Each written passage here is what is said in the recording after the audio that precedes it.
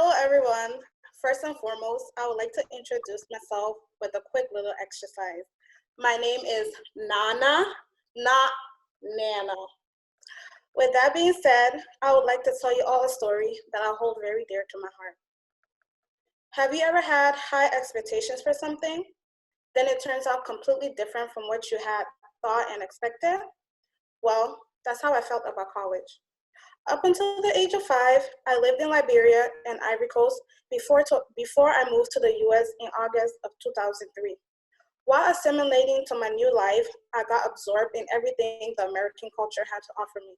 I vividly remember watching movies about college, seeing the protagonists move into their dorm room, navigate the locations of their classes, make amazing friendships, and accidentally end up bumping into their future love interests, which I have yet to experience, but all of that intrigued me about college nonetheless.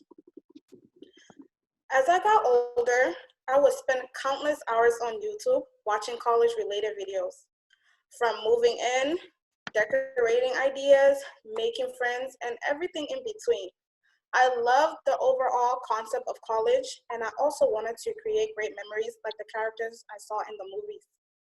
That's why during my freshman year of high school, I applied to a college prep program called Upper Bound that placed me in the right starting position to achieve my dream of attending college. So when it was time to finally move in, you could not imagine how excited I felt. I thought about all the possibilities my college endeavors would bring me.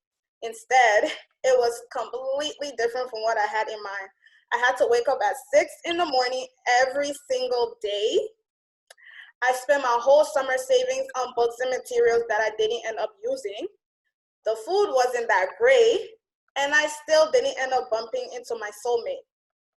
And after a certain point, I just felt utterly trapped.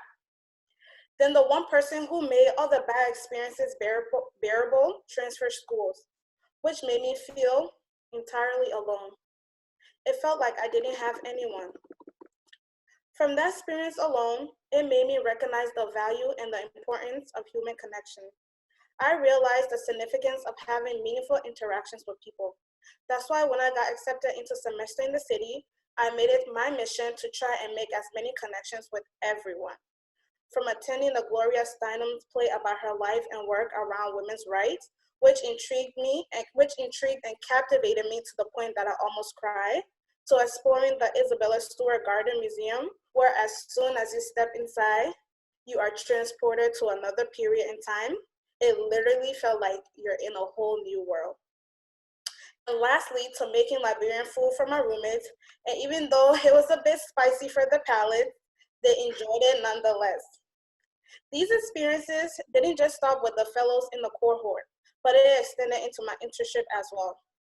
This time it came in the form of endless support and help my mentor and coworkers gave me, ranging from my mentor giving me instructions on how to get to the link, to one of the staff, JT, checking in on me to make sure I made it home safe every day.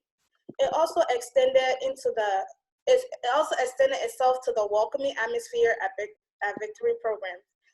Further solidifying my passion for interacting with people and making valuable connections.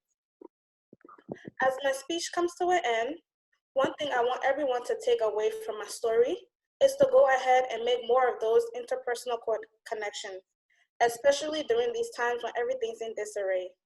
I want every person listening to dig deep within themselves and remember the feeling that you got when you know you made an impactful connection.